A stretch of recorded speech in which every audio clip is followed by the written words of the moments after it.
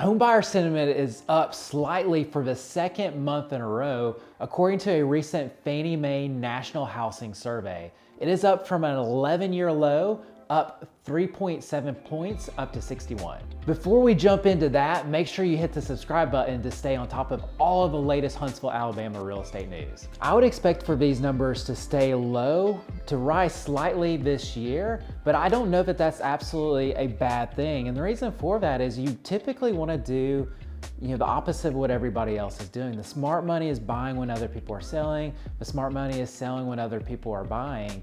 And so home buyer sentiment, I think, is actually a good thing for buyers in this market. Not a good thing for sellers, but it is a good thing for buyers. So again, I think these numbers will stay low. And the reason for that is for the home buyer sentiment to get higher, one of the things that has to happen is affordability has to become better or become more affordable. And so how does it become more affordable? One of two things has to happen. Either interest rates have to go down or prices have to go down. The good news is interest rates do appear to have hit their peak, and they are coming back down. The challenge is that they're twice as high as they were a year ago. So we are in more average interest rate environment, but it is higher than it was before.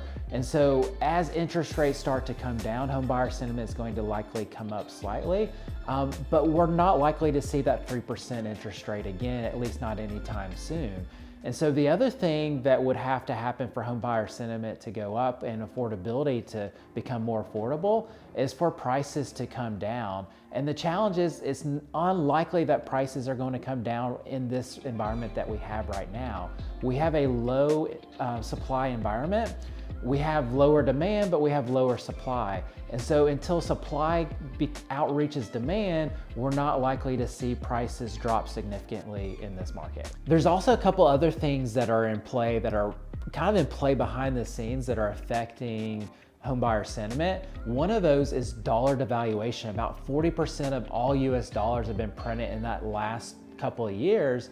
And so it now costs more for everything from eggs to houses. And unfortunately, wages have not been able to increase at the pace at which the Fed is printing money. We just cannot keep pace with the Fed. And unfortunately, the Fed is making us poorer as a country right now. Number two is this mortgage rate lockdown effect. During COVID, the Fed lowered interest rates to rates that were starting in the 2s or 3s. And so a lot of sellers and buyers at that time were able to get interest rates at a historically low number. And so there's simply not enough motivation for a lot of would-be sellers to put their home on the market. So that's decreasing the overall supply in the marketplace right now, which is keeping that demand and supply balanced and keeping prices high in 2023.